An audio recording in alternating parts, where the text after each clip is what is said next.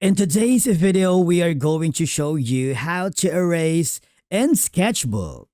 Whether you are cleaning up line art or fixing small mistakes, this simple method will help you erase with precision and control. Let's begin.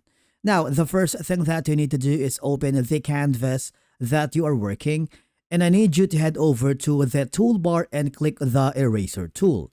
If you can't find the brush tools in the left side, all you have to do is go to the windows. You want to make sure that the brush library is enabled so you can see all the options here.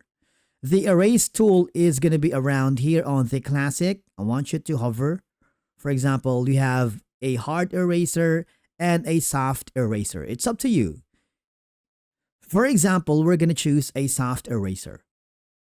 If you double click on it, you have the ability to increase the size.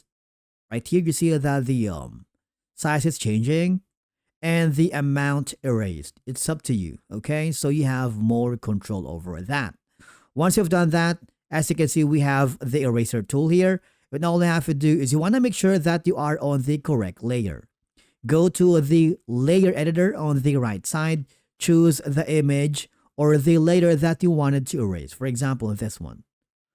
You see that? I'm gonna erase the black part right here. Because if you are on the wrong layer, you're not gonna be able to edit anything. Okay, so you wanna make sure to check the right layer. And if you can't find the layer editor, go back to the windows on the top. You wanna make sure to check the layer editor so you can see your image and continue erasing the part that you wanted. Okay?